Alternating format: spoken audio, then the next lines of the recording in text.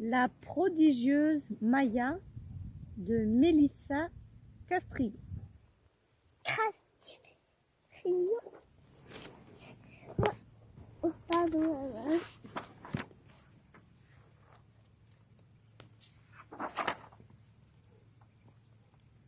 Maya vit dans une minuscule maison au fond d'un jardin avec ses 4 tantes. Petite mais prodigieuse, Flora, Lily, Olive et Clémentine. La nuit venue, elle s'installe autour du feu et les tantes lui racontent leurs exploits.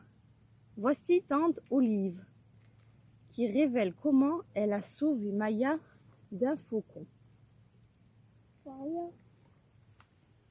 Chaque soir, Maya, les yeux grands ouverts, écoute chacune de ses tantes narrer son aventure. Puis c'est l'heure pour elle d'aller se coucher.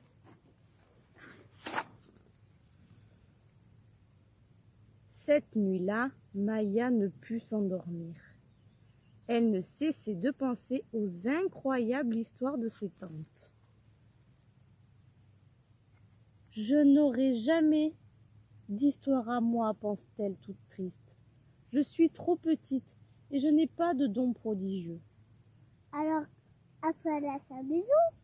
Ce fut donc un sacré choc pour Maya quand elle entendit une voix étrange dire « Ah, tu es absolument parfaite !»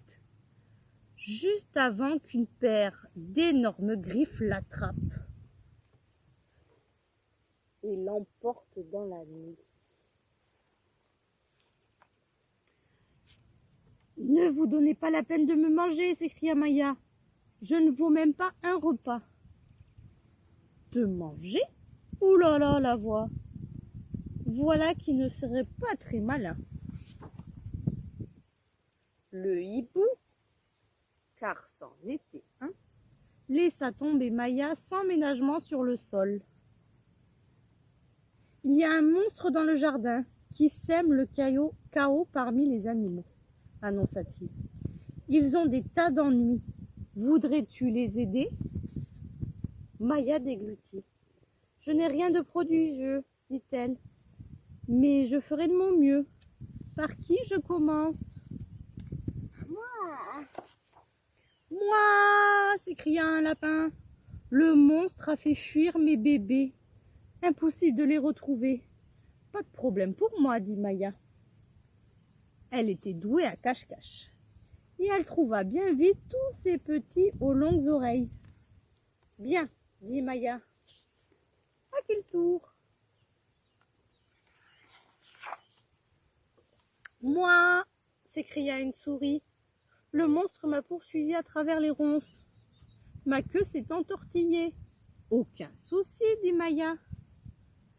Ses tantes lui avaient tout appris sur les nœuds.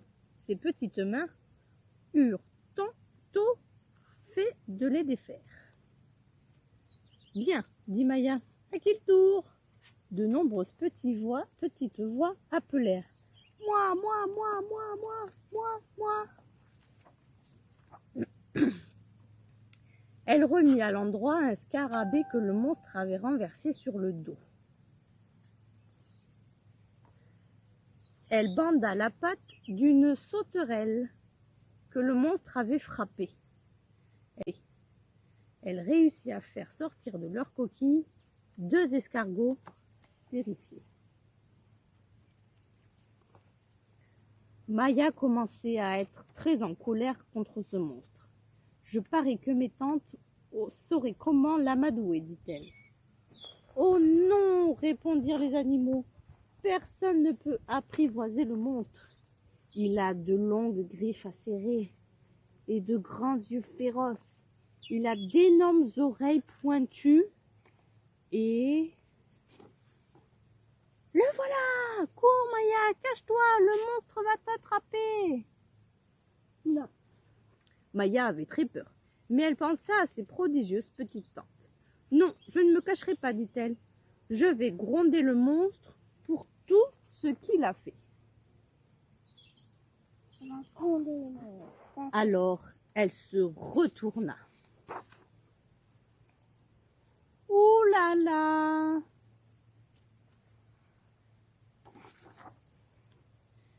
Rien de plus monstrueux qu'un chat quand on est toute petite comme Maya.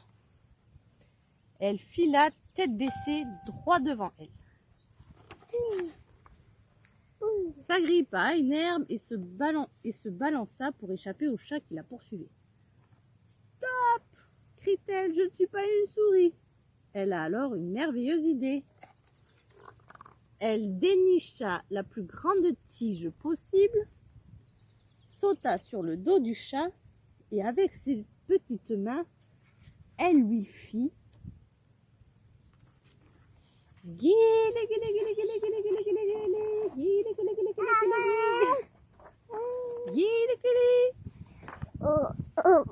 Le chat commença à ronronner. Ah, s'esclaffa Maya. Tu n'es qu'un bon gros matou, toi, hein? Les autres animaux observaient la scène stupéfaits. Maya avait dompté le monstre. Le soleil se levait. Il était temps de rentrer à la maison. Venez, s'écria Maya, allons prendre le petit déjeuner. Dans un ululement, 2 couinements et un ronron, ils se mirent en route tous ensemble.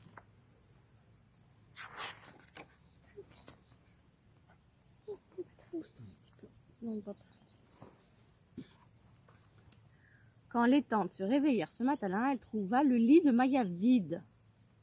Où est-elle? Ça ne ressemble pas à Maya de rater le petit déjeuner. Elles y étaient très inquiètes et le furent encore plus lorsqu'elles entendirent le ronronnement d'un gros chat. Elles se précipitèrent dehors. « Au secours !» crie-t-elle. « Le chat l'a attrapé !» Oh non, c'est elle qui l'a attrapé. Rusée petite Maya, courageuse petite Maya, prodigieuse Maya. La prodigieuse Maya et ses amis firent un prodigieux petit déjeuner. Et cette nuit-là, Maya put raconter son prodigieux exploit rien qu'à elle.